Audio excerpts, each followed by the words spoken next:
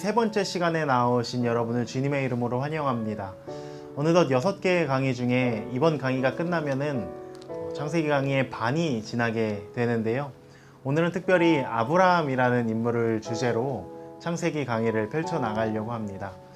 아브라함 참 많이 들어보신 이름이지요. 믿음의 조상이라는 수식어를 가지고 있는 굉장한 하나님의 사람이었습니다. 그런데 오늘 우리가 이 창세기를 통해서 살펴보게 되겠지만 이 아브라함이라는 인물이 도대체 어떻게 믿음의 조상이라는 타이틀을 가질 수 있었는가, 그 내용들을 한번 살펴보려고 하는데요.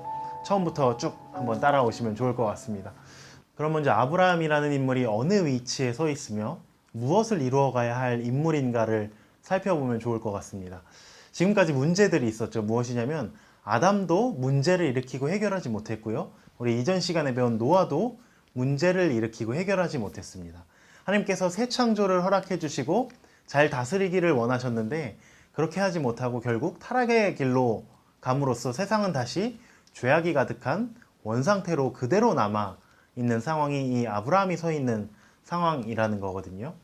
여기서 아브라함이 해결해야 할 두 가지 숙제가 그대로 남아 있습니다. 무엇이냐면 우리 인간 역사 속에서 끊임없이 해결해야 할 숙제이기도 한데, 첫 번째, 하나님의 관계를 회복해야 되고요. 두 번째, 사람과의 관계를 회복해야 합니다. 역사는 끊임없이 두 가지를 반복하면서 흘러가고 있는 것을 잘 아시지요? 그 가운데 아브라함이 부름받았다는 것은 무엇이냐면 먼저 하나님과의 관계부터 해결해야 한다는 숙제가 주어져 있다는 것입니다. 그러기에 가장 필요한 것은 무엇일까요? 제가 1강과 2강에서도 강조드렸었는데요. 하나님과의 관계를 회복하기 위해 가장 중요한 것, 시작점이 무엇이냐면 하나님의 말씀을 듣는 것이 하나님과의 관계 회복의 시작점이다. 계속 강조드렸지요. 다른 말로 하면 이것을 우리는 순종이라고 합니다. 성경을 봐도 순종과 듣는 것은 계속 같이 가는 요소거든요. 순종과 듣는 것. 듣는 것은 결국 어디에서 나옵니까? 하나님의 말씀에서 나오기 때문이죠.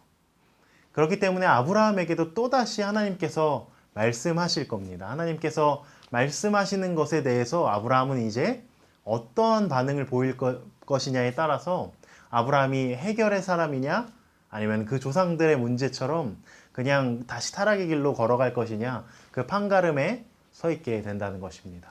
지난 시간과 지지난 시간에 동일하게 다루었던 것이 있습니다. 무엇이냐면 아담의 시작과 노아의 시작을 다루었었습니다.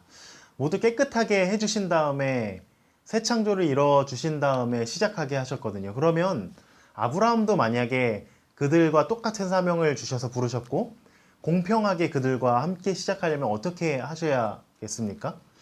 다 쓸어버리시고 깨끗하게 만들어 주신 다음에 가나안 땅을 아브라함에게 주셔야 그 땅을 제대로 통치할 수 있는 그 힘이 아브라함에게 생길 텐데, 그런데 가나안 땅에 아브라함이 들어갔더니 성경을 읽어보면 어떠냐면요, 가나안 땅 사람들이 이미 그 안에 가득 들어차 있습니다. 그렇다면 하나님께서 왜 아브라함에게는 이렇게 해주시지 않는 걸까요? 다 쓸어버리고 새롭게 땅을 주셨다고 왜 이야기하고 있지 않는 걸까요? 성경은. 그 이유가 무엇일까 생각해 봤을 때 먼저 하나님께서 하신 약속이 있을 것 같습니다. 내가 다시는 물로 심판하지 않겠다고 말씀하시면서 무지개를 주셨던 일이 있잖아요. 그런데 이런 약속들을 아무리 고려해 봐도 아브라함에게 있어서는 이것이 너무 불공평할 수도 있습니다. 그러면 우리가 이제 무엇을 생각해 봐야 하냐? 하나님이 왜 이렇게 다시는 물로 심판하지 않겠다고 약속하실 수밖에 없었는지를 살펴보면 아브라함의 출발이 결코 불공평하지 않음을 우리가 생각할 수 있는데요. 창세기 6장 5절과 6장 7절 한번 읽어보겠습니다. 여호와께서 사람의 죄악이 세상에 가득함과 그의 마음으로 생각하는 모든 계획이 항상 악할 뿐임을 보시고, 이르시되 내가 창조한 사람을 내가 지면에서 쓸어버리되 사람으로부터 가축과 기는 것과 공중의 새까지 그리하리니 이는 내가 그것들을 지었음을 한탄함이니라 하시니라. 하나님께서 그들의 마음의 생각이 악할 뿐임을 보셨고요. 모든 것을 다 쓸어버리시겠다고 하셨습니다. 노아의 시대 때요. 마음속에 모든 악한 것을 물로 쓸어버리실 생각으로 홍수 심판을 보내셨다는 거거든요. 그런데 창세기 8장 21절을 읽어보면은 이것이 별로 효과가 없었다는 것을 어쩌면 우리가 깨달을 수 있습니다. 8장 21절입니다. 여호와께서 그 향기를 받으시고 그 중심에 이르시되 내가 다시는 사람으로 말미암아 땅을 저주하지 아니하리니 이는 사람의 마음이 계획하는 바가 어려서부터 악함이라 내가 전에 행한 것 같이 모든 생물을 다시 멸하지 아니하리니. 이 말씀을 읽어보니까요. 그러나 마음속에 악한 것은 홍수로도 지어낼 수 없다는 의미로 우리가 이 안에서 찾아볼 수 있습니다. 물로도 씻어낼 수 없는 것이 그 마음의 악함이었다는 것이죠. 그러면서 이제 창세기 12장에서는 하나님께서 아브라함을 부르시는 사건이 일어납니다. 12장 1절부터 3절 한번 읽어보겠습니다. 여호와께서 아브라함에게 이르시되 너는 너의 고향과 친척과 아버지의 집을 떠나 내가 내게 보여줄 땅으로 가라. 내가 너로 큰 민족을 이루고 내게 복을 주어 내 이름을 창대하게 하리니 너는 복이 될지라. 너를 축복하는 자에게는 내가 복을 내리고 너를 저주하는 자에게는 내가 저주하리니 땅의 모든 족속이 너로 말미암아 복을 얻을 것이라 하신지라. 참 눈에 띄게 많이 나오는 단어가 있죠. 복이라는 단어입니다. 그러면 하나님께서 아브라함을 부르신 목적이 무엇이라는 것이라고 여기서 비춰볼 수 있을까요? 저주를 걷어내 주시고 진정한 축복을 주시기 위해 아브라함을 불러내셨다라는 것이죠. 12장 1절 다시 읽어드리겠습니다. 이렇게 기록되어져 있습니다. 여호와께서 아브라함에게 이르시되, 하나님께서 드디어 말씀하셨다고 기록하고 있습니다. 그러면 이 하나님의 말씀에 아브라함이 그리고 이 세상이 어떻게 반응할 것이냐에 따라 새로운 창조가, 새로운 역사가 이루어질 것이라는 것을 우리가 추측해 볼 수 있는데요. 이 천지창조의 이야기와 아브라함의 이 처음 이야기를 한번 비교해 보는 것이 우리에게 도움이 될 것 같습니다. 교재에도 표로 나와 있는데요. 첫 번째로 비교해 보면 천지를 창조할 때 세상은 어떻게 있었죠? 혼돈과 너무 많이 반복했죠. 우리 공어, 흑암이 깊음 위에 있는 세상이었습니다. 그리고 누가 말씀하셨냐면요. 1장 3절이죠. 하나님께서 이르시되, 하나님이 말씀하셔서 천지를 창조하셨고요. 천지 창조도 하나님께서 말씀하시는 것부터 시작되는 거거든요. 그 다음에 사람에 대한 것으로 넘어가 보면요. 먼저 1장 27절에서 남자와 여자를 창조하셨다고 기록되어져 있고요. 그 다음에 28절 복을 주시면서 생육하고 번성하며 땅에 충만하라고, 또 땅을 정복하라고, 그 다음에 모든 것을 다스리라고 하나님 명령하십니다. 그리고 1장 30절에 보면요. 하나님이 명령하신 그대로 되었다고 성경은 기록하고 있죠. 그리고 나서 이루어진 일이 안식일 예배였습니다. 이 창조에 대한 사건을 빠르게 한번 정리해 봤는데요. 이 창조의 이념을 딱 한 가지 들라고 하면 무엇일까요? 창조는 말씀하면 그것이 그대로 이루어지는 것, 그것이 천지창조의 이념이었습니다. 그럼 아브라함의 이야기로 넘어가서요. 죄악이 가득 찬 세상 가운데서 하나님 아브라함을 불러내셨음을 우리가 알 수 있습니다. 오죽하면 하나님께서 다 흩어버리셨겠냐는 거예요. 죄악이 가득 찬 세상이라는 거죠. 이러한 상황에서 하나님께서 이제 12장 1절이죠. 하나님께서 이르시되 말씀하시는 겁니다. 드디어 천지창조 만물을 통해서 말씀하신 하나님께서 이제 한 개인, 한 사람, 아브라함에게 말씀하기 시작하셨다는 것이죠.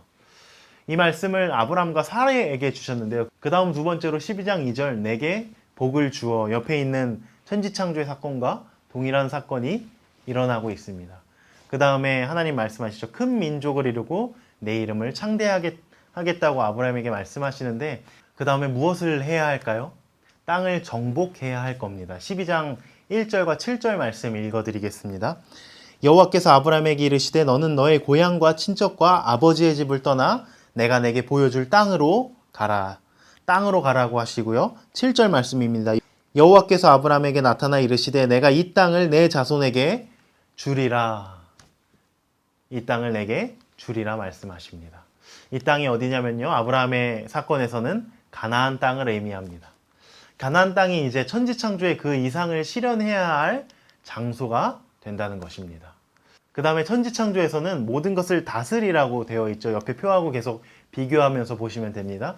그럼 모든 것을 올바르게 다스리는 길이 어디 있는가? 사실 아브라함 이야기에서는 무엇을 다스리라고 말씀하시진 않거든요. 그런데 제가 이 표를 이렇게 만들어 놓았다는 건 아브라함의 이야기에도 분명 들어가 있다는 의미가 있겠죠. 이런 것이 바로 진정한 다스림의 길이다. 여기 나와 있습니다. 12장 3절입니다. 너를 축복하는 자에게는 내가 복을 내리고 너를 저주하는 자에게는 내가 저주하리니 땅의 모든 족속이 너로 말미암아 복을 얻을 것이라 하신지라. 아멘. 진정한 다스림이 무엇입니까?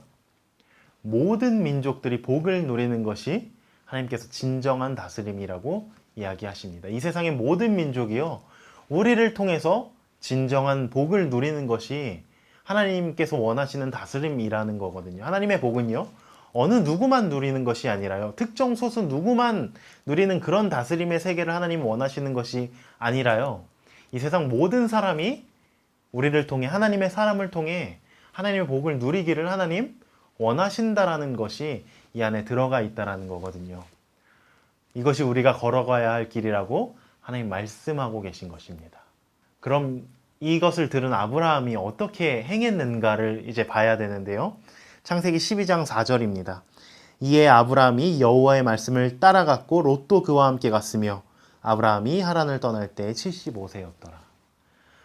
아브라함이 여호와의 말씀을 따라갔다고 성경이 기록하고 있습니다. 아브라함의 삶 속에서 하나님의 말씀이 창조 때 있었던 것과 같이 그대로 이루어지고 있다는 것입니다. 이 명령하시면요, 명령한 그것이 그대로 실현되어지는 사람이 바로 아브라함이었다는 것입니다. 이 사람을 통해서 이제 천지창조의 이념과 신념이 이루어질 거라는 기대감이 또 들어있다는 것을 우리가 읽어볼 수 있는 거죠. 그리고 나서 이제 무엇을 이루어가야 할까요? 표를 계속 보면 좋을 것 같습니다. 안식일 예배가 창조 때 일어났던 것처럼 예배가 시작되어야 할 것입니다. 12장 7절과 8절 읽어보겠습니다. 여호와께서 아브라함에게 나타나 이르시되 내가 이 땅을 내 자손에게 주리라 하신지라. 자기에게 나타나신 여호와께 그가 그곳에서 제단을 쌓고 거기서 베델 동쪽 산에서 옮겨 장막을 치니 서쪽은 베델이요 동쪽은 아이라. 그가 그곳에서 여호와께 제단을 쌓고 여호와의 이름을 부르더니. 안식일 예배와 똑같지요. 아브라함은 비록 하나님께서 모든 것을 쓸어버리고 새로운 시작을 열어가시지는 않았지만요, 하나님의 말씀에 철저하게 순종하는 그 시작부터 이렇게 살펴본다면요, 그 안에 이미 천지창조의 이상과 이념이 들어가 있고 아주 좋은 출발을 하고 있다는 것을 다시 한번 경험해 볼 수 있습니다. 이제 이것을 가지고 아브라함의 시작과 끝을 살펴보면 좋을 것 같습니다. 중간을 살펴보기 전에요, 시작과 끝을 먼저 살펴보는 게 도움이 될 것 같습니다.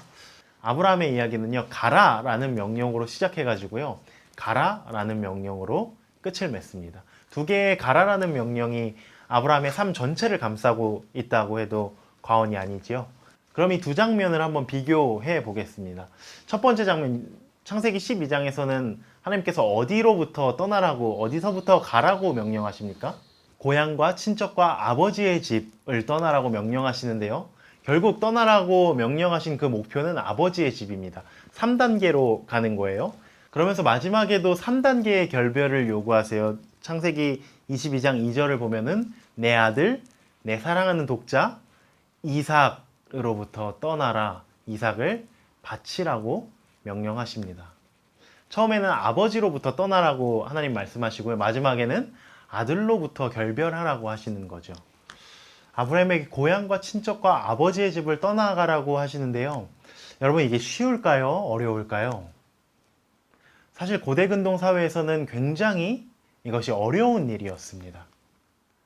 그 당시에 고엘이라는 제도가 있었기 때문입니다. 이 고엘이라는 히브리어는요, 한글 성경에 두 가지로 해석되어져 나타나는데요, 첫 번째 해석은 기업 물을 자입니다. 룻기에 보면요, 보아스가 룻의 기업 물을 자로 나타나죠. 이 기업 물을 자의 역할이 무엇이냐면요, 이스라엘 민족에 이런 법이 있습니다. 내가 가난하여져서 땅을 팔아야 하고요, 내가 몸을 노예로 팔아야 할 때 내 가장 가까운 친척이 내가 팔아야 할 땅을 사서 내 몸을 사서 다시 나한테 돌려줘야 한다는 법이 있습니다. 가장 가까운 친척이 그 역할을 해야 했고요, 이것을 기업 물을 자 고엘이라고 했다는 거죠. 또 다른 한글 성경의 번역을 보면요, 고엘을 해석하는 다른 단어 피해 복수자입니다. 주로 민수기나 신명기에 이렇게 해석되어져 있는데요. 이것은 어떤 존재냐면요. 피해 복수자는 예를 들어 내가 나가서 누구에게 억울하게 맞아가지고 팔이 부러져서 들어온다면 그때 친척들이 몰려올 겁니다. 그리고 무슨 일로 이렇게 되었는지 자초지정을 다 들어보고요. 타당하다고 생각할 때 가해자에게 몰려갑니다. 그리고 어떻게 갚아주냐면요. 눈에는 눈, 이에는 이, 부러진 데는 부러진 거, 그리고 생명에는 생명으로 갚아주는 것이 이 고엘들이 했었던 일이거든요. 즉, 친척들이 이런 일을 해준다는 거예요. 피해 복수자의 역할을 해준다는 거죠. 따라서 친척들이 많이 있다는 것은요. 내 보호막이 든든하다는 것을 의미하기도 했습니다. 어느 누구도 나를 쉽게 건드릴 수 없다는 의미가 이 고엘이 많다는 것의 의미였거든요. 쉽게 말하면 백이 많다는 겁니다. 그게 바로 고향과 친척과 아버지의 집을 떠나라는 것의 또 다른 의미가 된다는 것이죠. 그런데 지금 하나님께서 그 고향과 친척과 아버지의 집을 다 끊어내고 내가 내게 지시한 땅으로 가라고 말씀하시는 겁니다. 근데 여러분 성경을 보면 아시겠지만 하나님께서 아직 그 땅이 어딘지 보여주시지도 않았습니다. 여러분 혹시 이렇게 이사 가보신 적 있으신가요? 이삿짐을 다 싸고요.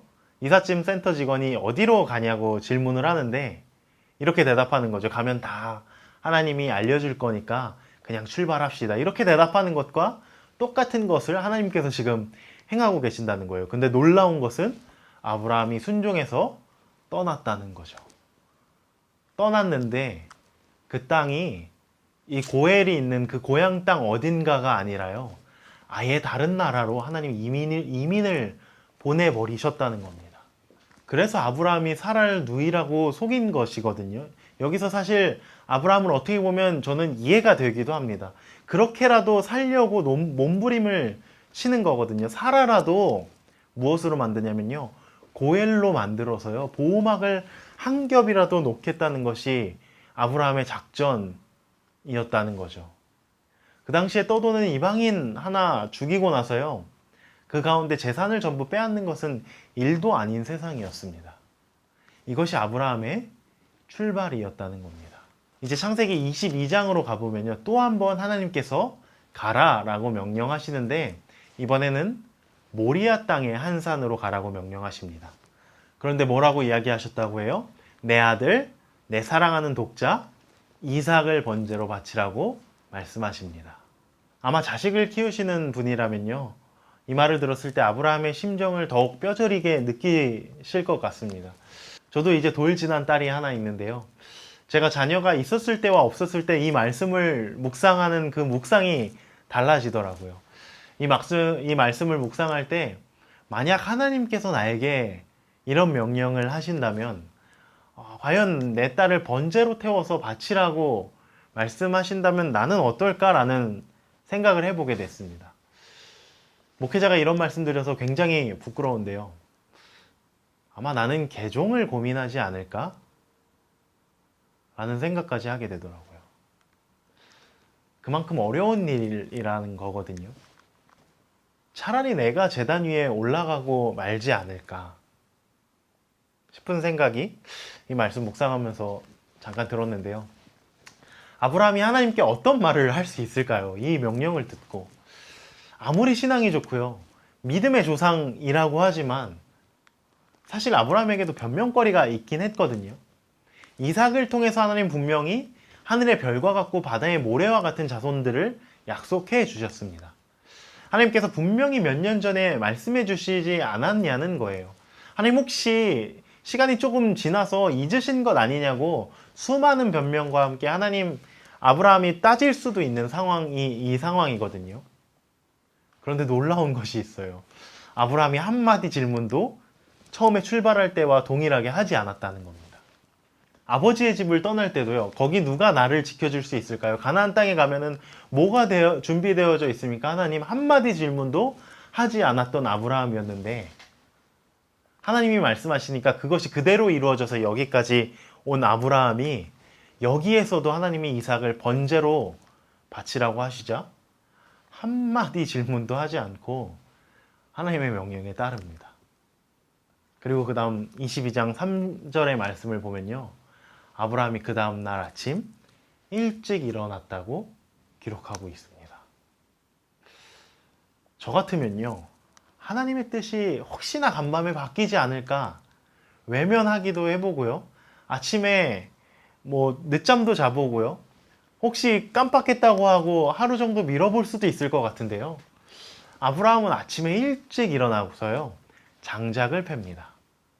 그 다음에 나귀를 준비하고요, 불을 준비하고요, 함께 갈 사안들을 준비합니다. 이제 모리아산에 도착해서요, 나귀도 사환도 다 내려놓고 번제에 쓸 나무는 이삭이 짊어지고 불과 칼은 아브라함이 쥐고 산을 등반하기 시작합니다. 이삭이 이제 나무를 짊어질 정도가 됐다는 것에 있어서 많은 성서학자들이 이삭이 한 15세 정도 됐을 것이다 추정하고 있는데요. 그 15년 동안 같이 살아온 아들과 이제 그 산을 등반하기 시작합니다. 그런데 등반 중간쯤 가서 저는 이게 하나님의 마지막 시험이라고 생각하는데요.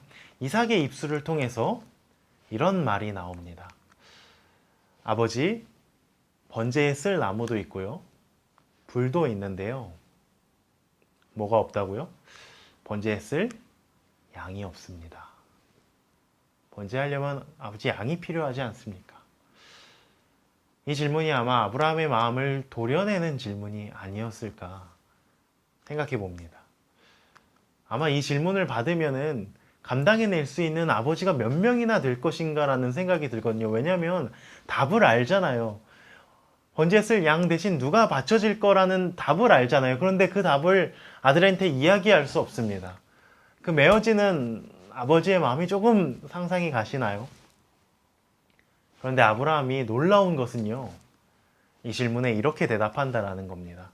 뭐라고 대답하냐면요, 아들아, 걱정하지 마. 하나님께서 하나님의 산에서 예비하실 것이야. 하나님의 이름으로 응답하고 있습니다.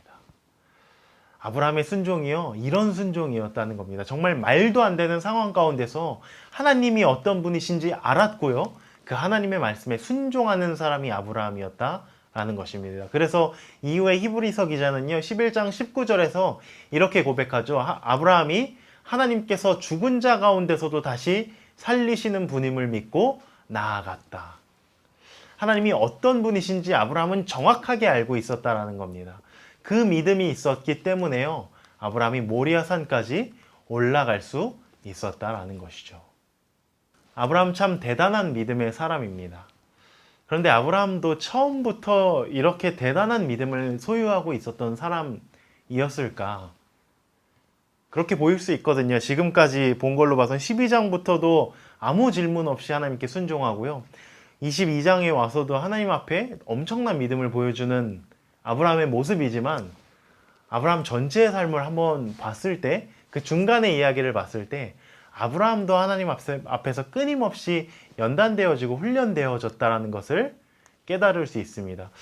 그것을 살펴보기 전에 잠깐 이제 아브라함이 받았던 축복에 대해서 잠깐 다뤄보면요, 아브라함에게 하나님 축복을 약속하시죠. 12장과 22장에서 동일한 축복들을 약속하시는데요, 조금씩 확장되어져서 나아가는 부분이 있기는 합니다. 12장에서 땅에 대해 약속하시고 후손 그리고 축복에 대해서 약속하시는데요, 땅은 22장에 가서 이제 대적의 성문을 차지할 것이라는 말씀으로 확장되고요, 후손도 하늘의 별과 같고 바닷가의 모래와 같은 후손으로 확장됩니다. 세 번째 축복은 이제 천하 만민이 복을 받으리라, 동일하게 12장과 22장에 들어가 있는데요, 한 가지 궁금증이 생겨요. 무엇이냐면, 분명히 하나님께서 12장하고 22장의 차이가 40년 차이거든요.